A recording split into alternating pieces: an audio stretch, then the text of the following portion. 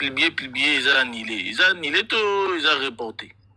Ils ont reporté, on a annulé, poussé en haut. Bon, poussé en date ni.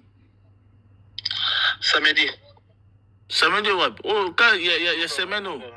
Parce que la mission a joué un visa en retard. Moni. Vendredi, c'est chaud, tu vois. Oh, et bon. C'est un peu mon point de presse. Oui, bon, comme un musicien, on va jouer un visa.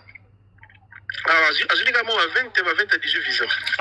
Papa, on a pilpil na mouate. On a eu bien la information. On a tout une information. On a une information politique à la piscine. On a soleil de ton son, on a l'avion.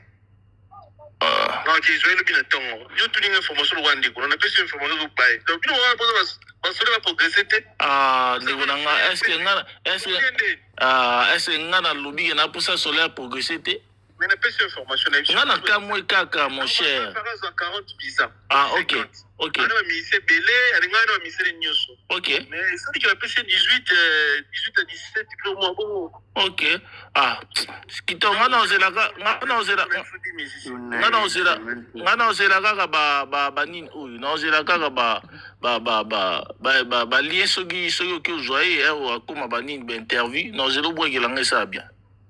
mais tu nous lis en conférence de presse à confier, point de presse à confier, tu es dans la page. Ouais, ça dérange pas. Tina Sigona, Katagatona, Tchango Sigo. Oui, so Tinelinga Siko, no Talien, no Tindela, no Sakapti, no Tindela. Bon, 50% et puis hier, à 50%. Ah, tu peux faire la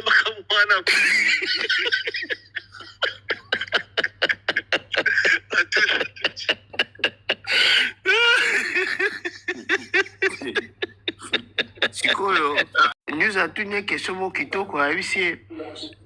Reporter ou bien les habiter, reporter. Voilà la spona quand. Abi samedi. Nzungu, siko question ngeza boy. Alors bien, bino bozala na posa soleil a progressé te. Siko soleil a progressé te tili do donc on a progressé siko. Bino pour que vous ayez information par bato le lenge boy. Ozomona. Donc yemuka yebike makamaza oloba lobeza lokuta. Pongana ndoze la 50%, heureusement qu'on a soufflé parce qu'on a tiré kenene ngwana. Kasi bato baloba nalia koko te mena ninga sukali.